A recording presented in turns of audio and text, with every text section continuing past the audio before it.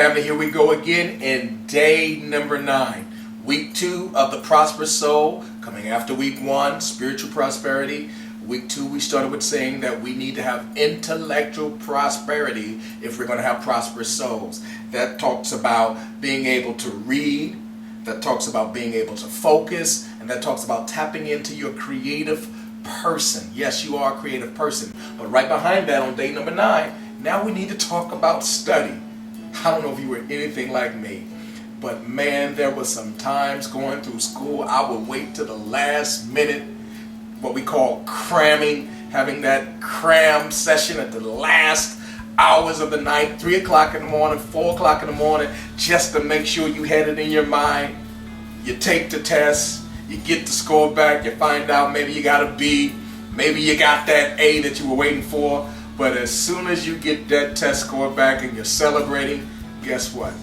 Most of the information, you got it, it was gone. Why? Because we were studying just to be able to pass the test.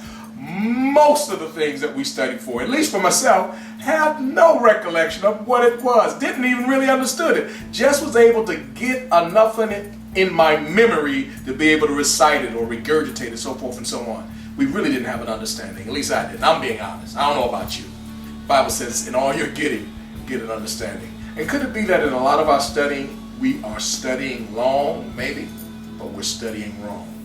Not just studying just to remember something, but studying to really have a deep understanding. Studying so that you really grasp the concept, so that you can operate in wisdom. That's what studying should be and really is all about. For that purpose then, if you're going to have a prosperous soul, you must become a person that learns how to study.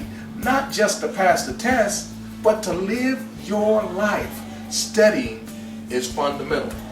And there are at least 4 things that we need to study. Let me give them to you this way. We'll do well to study people. The type of people that we can learn from.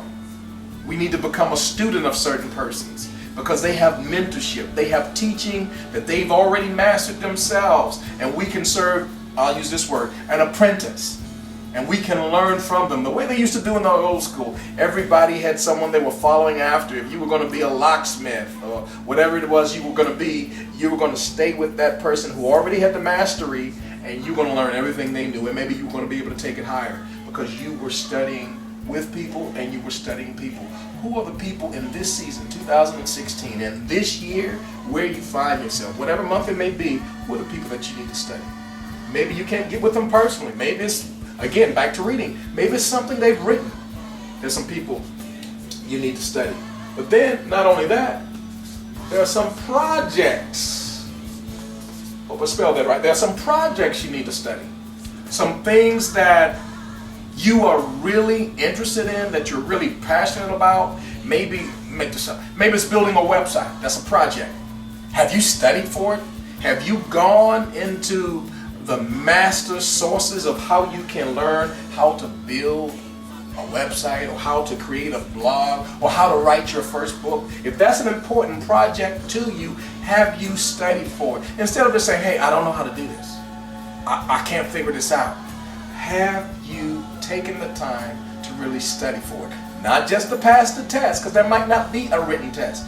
It's not all academic, but have you mastered the concepts through study? We need to study people. We need to study projects. But what about this one? We need to study problems.